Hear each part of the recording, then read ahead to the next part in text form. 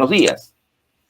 Buenos días, Jaime. Como mencionas, hubo dos partidos muy importantes con muchas emociones en cada uno de ellos, pero bueno, hiciste un pequeño resumen de lo que fue el Atlético de Madrid-Barcelona. A los 5 minutos, el Atleti ya le ganaba por 2-0, pero hasta el minuto 84 el Barça llegó a ponerse 4-2. Incluso, Jaime, en la retransmisión se escuchaban oles por parte de la hinchada del Barça, que se encontraba en el Estadio Olímpico de Montjuïc, que no está jugando, no está haciendo local en el Camp Nou por las obras que está viendo en este estadio.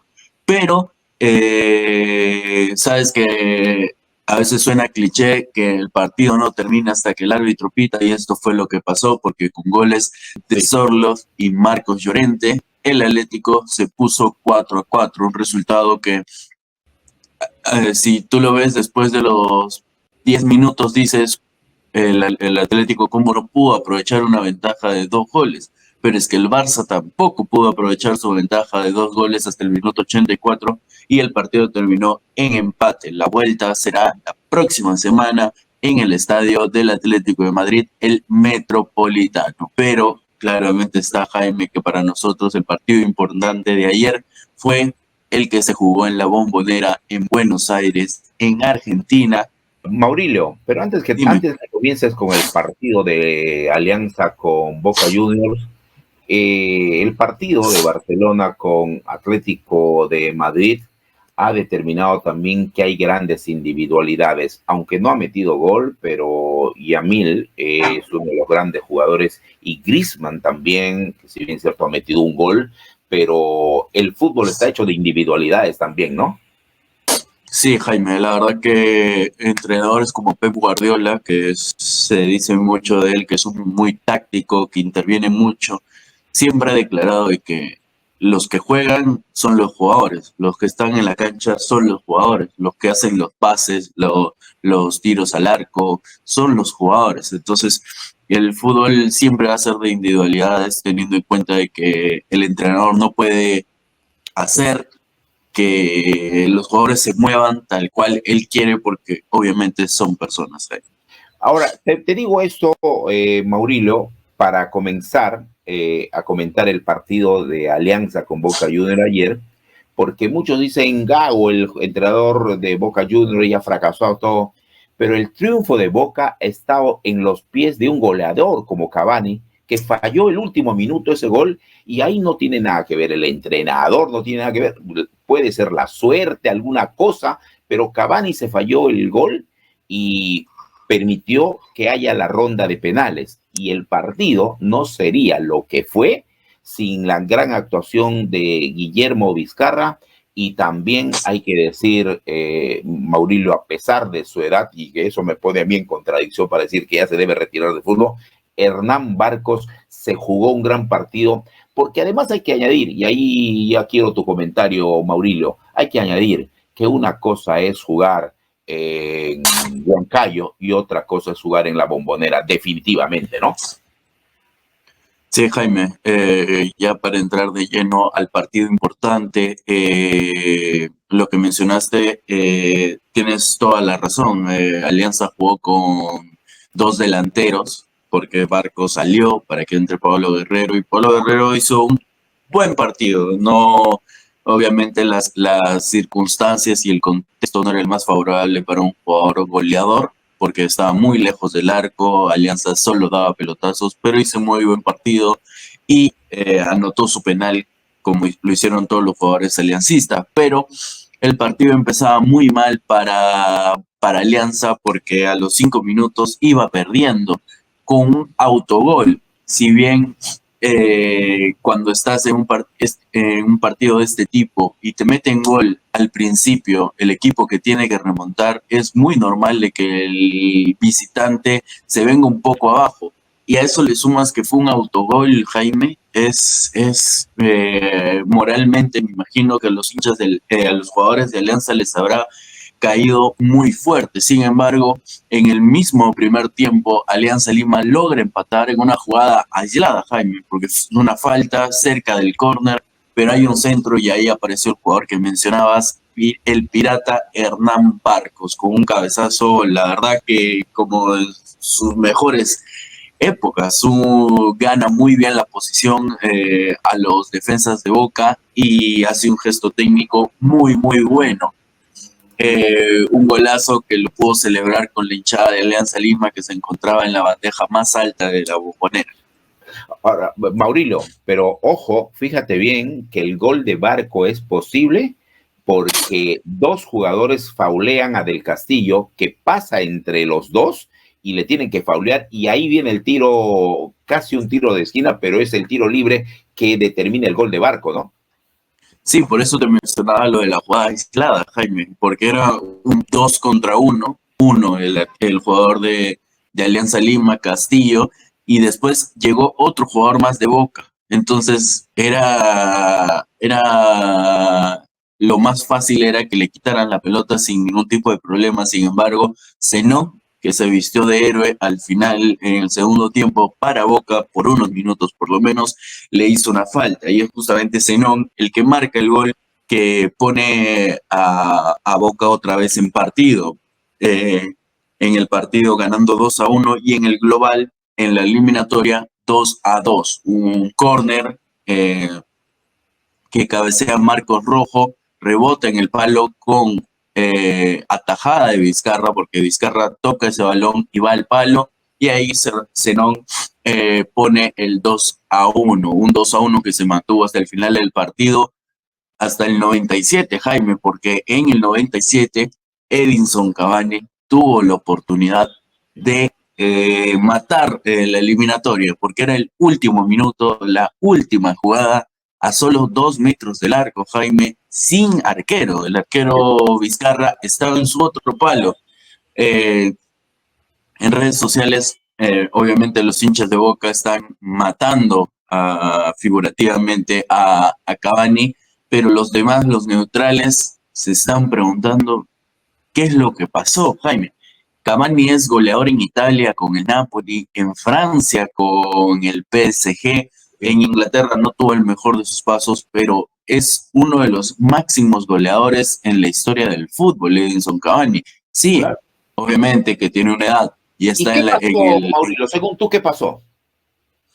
el bote de la pelota, creo yo que a veces se infravalora mucho, Jaime, que no se tiene muy en cuenta el bote que hace las pelotas, sobre todo con los arqueros. Una vez que la pelota te rebota antes a un arquero, le descoloca completamente. Creo yo que eso es lo que ha pasado. Él no se esperaba el balón porque si vemos la jugada, él viene de un choque con Garcés, entonces se recompone y la pelota le ataca a él y él no ataca la pelota. Pero igual, esto que te menciona, que el rebote, yo creo que fue lo que pasó, pero sigo sin entenderlo porque estaba ahí la eliminación de Alianza Lima, estaba ahí la clasificación de Boca Juniors. En la tanda de penales, Cavani, el mismo Cavani pidió perdón a la grada, hizo un gesto de perdón después de marcar su penal, pero eso no fue suficiente porque Alianza Lima, los 5 que patearon, Jaime, y esto me llamó, sobre todo a mí, bastante la atención. Los 5 que patearon, tanto Paolo Guerrero al principio, Gaibor, Trauco, que había hecho el autogol, Noriega, que no se estaba acostumbrado a verlo a él patear un penal, pero siempre es bueno poner a un defensa central entre los pateadores, y Pablo Lavandeira anotaron los 5 penales de Alianza Lima, 5 penales muy buen pateados, Jaime. Ahora, Maurilio, pero históricamente, de mucho tiempo, yo he visto una ejecución de penales, salvo el último de Boca, por supuesto, con mucha maestría y bien pateados. Los arqueros han adivinado, pero no podían atajar.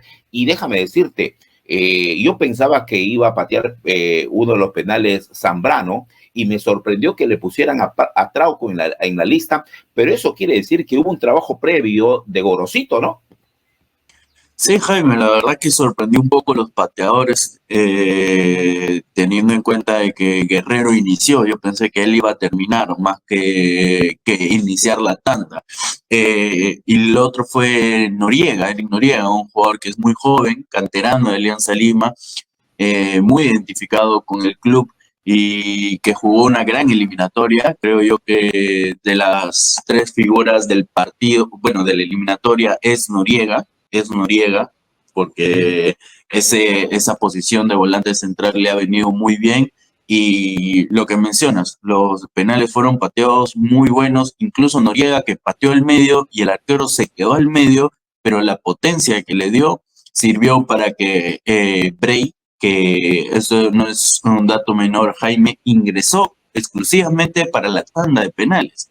Marchesín Estuvo bien es ese cambio, Maurilio, estuvo bien ese cambio de Gray segundos antes que termine el partido, pero además lo había pedido el arquero, ¿no? Lo había pedido el arquero y que en ese momento se especuló de que tenía molestias, lo cual creo que puede ser una posibilidad, pero además Bray tiene mejor estadísticas en los penales. Recordemos que estos cambios obedecen a, no solo no se hacen por hacer, sino que Bray tenía una mejor estadística en los penales a pesar de ser mucho más joven que Marchesín. Bray está empezando su carrera con sus 22 años como portero, mientras que Marchesín ya está terminando. Ahora, Bueno, pero hay una Jaime, frase esto es... sí, cuéntame. no, te decía que hay una frase que se ha recordado mucho ayer por los comentaristas argentinos, dicho por Maradona: si un jugador, si un arquero da muestras de lesión durante todo el partido y va a haber tanda de penales, se debe mantener ese arquero porque es precisamente esa fuerza que va a tener a pesar de la lesión que va a demostrar que está hecho para grandes jornadas. No se cumplió ayer, no se hizo ayer en Boca, en el partido Boca, y finalmente perdió Boca Junior. Y lo que te quería pedir el comentario final de este día, Maurilio, que nos estamos excediendo con mucha razón en el bloque deportivo, es Alianza Iquique. Todo puede suceder a partir de hoy, ¿no? Todo puede suceder, Jaime. Iquique viene de eliminar también en penales a Santa Fe de Bogotá, de equipo colombiano.